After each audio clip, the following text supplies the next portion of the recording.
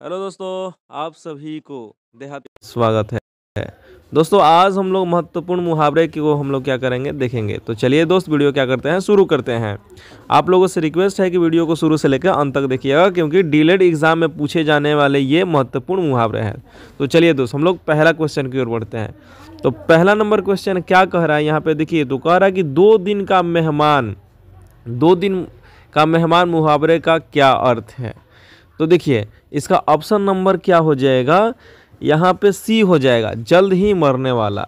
यानी कहा जाता है ना कभी कभी कि ये तो 2 दिन का मेहमान है, तो वही हो गया, जल्द ही क्या है, मरने वाला है। तो इसका ऑप्शन नंबर कितना हो जाएगा दोस्तों, सी हो जाएगा। चलिए आगे बढ़ते हैं। तो यहाँ पे है आपका दूसरा नंबर, पौ फटना। पाव नहीं, पौ फटना मुहावरे का अर्थ क्या होगा। ठीक है, तो इसमें ऑप्शन दिया है शाम होना, ऑप्शन बी दिया है दोपहर होना, ऑप्शन सी दिया है प्रातःकाल होना, और ऑप्शन डी दिया है क्या, रात होना। तो इसका ऑप्शन नंबर क्या हो जाएगा, सी हो जाएगा, यानी प्रातःकाल होना। पौ फटना का मुहावरा क्या होता है, प्रातःकाल होना। प्रातःकाल का मतलब क्या होता है दोस्तों, सुबह। ठीक है, याद रखिएगा, प्रातःकाल का मतलब क्या होता है दोस्तों, सुबह होता है।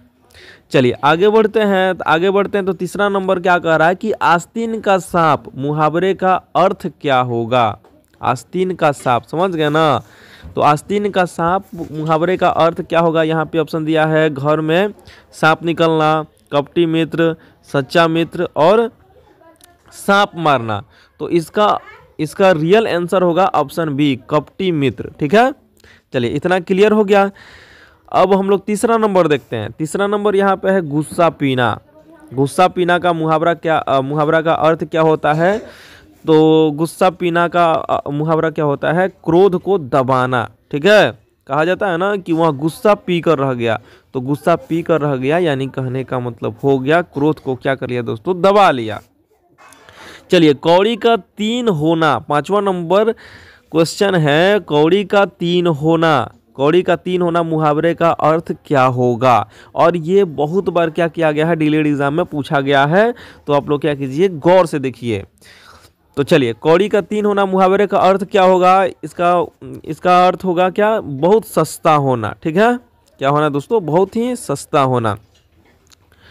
अब आगे बढ़ते हैं हम लोग। छठा नंबर है, इधर उधर की हाँकना। मुहावरा का अर्थ क्या होगा। इधर उधर की हाँकना कहने से आ रहा है कि क्या करना, झूठ मूठ का क्या करना, बकवास करना। नहीं जी, इधर उधर की हाँकने कहने का मतलब क्या हो गया, सिर्फ भंग से ना हो रहा है, इधर उधर का हाँक क्या जा रहा है, इधर उधर की बातें हो रहा है। तो झूठ मूठ की क्या करना, बकवास करना। तो इसका ऑप्शन नंबर क्या हो जाएगा, बी। चलिए, 7वां नंबर क्वेश्चन है, आसमान सिर पर टूटना। आसमान सिर पर टूटना। तो आसमान सिर पर टूटने का मुहावरे का अर्थ क्या होगा, गलत होना, बर्बाद होना, विपत्ति पड़ना या संतुष्टि होना। तो इसका ऑप्शन नंबर क्या हो जाएगा, विपत्ति होना। यानी आसमान सिर पर टूट जाता है यानी क्या होता है कि विपत्ति आ जाता है। ठीक, चलिए, खून सूखना का मुहावरे का अर्थ क्या होगा, जल्दी बताइए, कमेंट बॉक्स में बताइएगा। खून सूखना मुहावरे का अर्थ क्या होगा दोस्तों। तो खून सूखने का मुहावरा क्या हो गया, बहुत ही भयभीत होना। ठीक है, बहुत ही क्या होना, भयभीत होना। चलो आगे बढ़ते हैं। 9वां नंबर क्वेश्चन क्या कर रहा है कि घड़ों पानी पीना। घड़ों पानी पीना मुहावरे का अर्थ क्या है। तो देखिए, जितना भी मुहावरा आप लोगों को बताया जाता है ना, उसमें थोड़ा सा दिमाग लगाने की जरूरत होता है। ठीक है, तो उसमें अपने आप आंसर मिल जाएंगे। इसका ऑप्शन दिया गया है, शर्मिंदा होना, अच्छी तरह स्नान करना, शीतलता प्राप्त करना, स्वच्छता प्राप्त करना। तो देखिए, इसका जो ऑप्शन हो जाएगा, ऑप्शन ए हो जाएगा राइट आंसर। ठीक है, घड़ों पानी पीना यानी कहने का मतलब हो गया कि बहुत ही शर्मिंदा होना। कहा जाता है ना कि पानी पीना, ठीक है, शर्मिंदा होना। ठीक है, यानी लज्जित होना। तो यहाँ पे कहा जा रहा है घड़ों पानी पीना। तो घड़ों पानी पीना का अर्थ क्या हो गया, शर्मिंदा होना।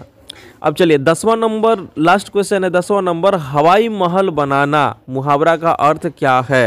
हवाई महल बनाना मुहावरे का अर्थ क्या है। तो याद रखिएगा, इसमें सिर्फ होता है क्या, मात्र कल्पना करना। यानी सिर्फ हम क्या करेंगे, कल्पना करते हैं और वहीं क्या करते हैं, मन ही मन में क्या करते हैं, हवाई महल बनाते हैं। वही हो गया मात्र कल्पना करना। तो आज के लिए क्या है दोस्तों, इतना ही है। और उम्मीद करते हैं आप लोगों को ये वीडियो पसंद आया होगा। और जल्दी से जल्दी क्या कीजिए, अपने दोस्तों के पास भी शेयर कर दीजिए ताकि उनका भी क्या हो सके, डीएलएड एग्ज़ाम की तैयारी हो सके। तो आज के लिए क्या है दोस्तों, इतना ही।